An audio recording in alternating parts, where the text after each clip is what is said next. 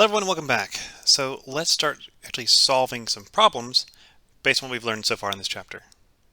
So what we have right here is a shear force of 260 kilonewtons. It's applied to the rectangular tube shown in this figure. And we want to know the magnitude of the shear flow at points A, B, C, and D. Now there's a lot going on there, but we can do this. Now, as usual, I'm going to let you go off and try this on your own. So go forth, try it, see if you can solve it. And if you can't, you come back and we'll do it together. So 3, 2, 1, and let's begin. Now, some parts of this I'm going to gloss over. Like, we've done moment of inertia a lot.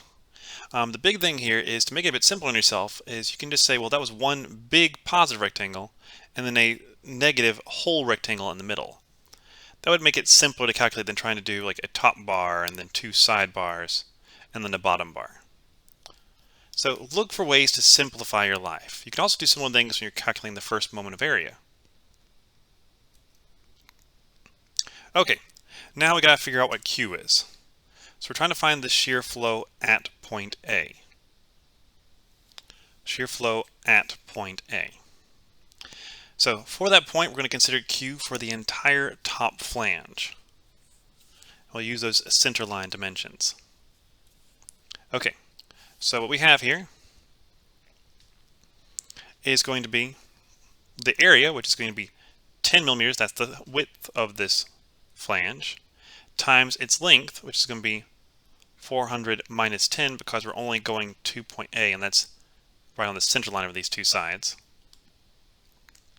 And then we multiply that by the area, or distance to the centroid, which luckily for us is nice and symmetric. So it's going to be 100, and then we come back 5. So 95 millimeters. That's our first moment of area. Not too bad. Not too bad at all.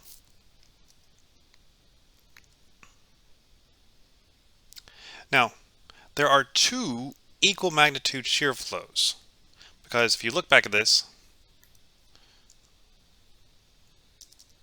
there it goes. We hit an area over here, and that's, like, wait a second, A is over here.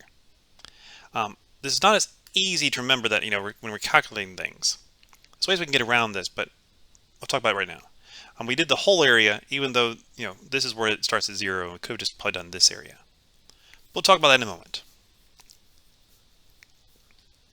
Okay. So because of that, there's two ways you can look at it. You can either say, okay, well, yes, I'm trying to calculate the shear flow at this point. And so since there's 2 on either side, well, either the shear force is half because each half is going to be holding half the shear force. Or I could have said, well, instead of using the whole first moment of area, I'll use half the first moment of area. Or I can multiply my moment of inertia by 2, but that doesn't necessarily make as much sense. But the big thing is there that, the shear flow is divided. So even though we have that big Q, we can't use all of it. We only get to use half of it. So that's something good to remember. If you know where it starts from 0, you should probably start from there rather than doing the whole size. Okay. And with that we get 587 newtons per millimeter. 587 newtons per millimeter at A. Now what's the shear flow at B? Well, first off, it's a very similar setup here, but B is partially down the side. So let's jump back a little bit because I want to show that to you. And there we are. So B is right here at the centroid, and we have C and D right there. So now we're at the centroid. Okay. So jumping forward again, we have our first moment of area right here, and there's a lot going on here. In all honesty, there is an easier way to have done this. This is simply the first moment of area of both of those sides. If you draw it, that was the first moment of area of both of these sides. And this is the first moment of area of the top, which we use for A. Almost for A. Okay, so all that works. One thing I could have done to make it a little bit simpler is I could have said that this is a positive big rectangle and then subtracted out the negative whole to get that first moment of area. You can do it just like when you're doing centroids or moment of inertia. It makes it a lot simpler sometimes because you're not breaking up into several shapes. You can have it just like two simple shapes. Okay, so we get our first moment of area. And once again, there are two equal magnitude shear flows, one on either side. So you either are going to divide that Q by 2 or your shear force by 2. Either one works. Just only do one or the other. Do not do both. And so we'll get our shear flow at that point to be 731 newtons per millimeter. 731 newtons per millimeter. Okay, now let's look at point C right here.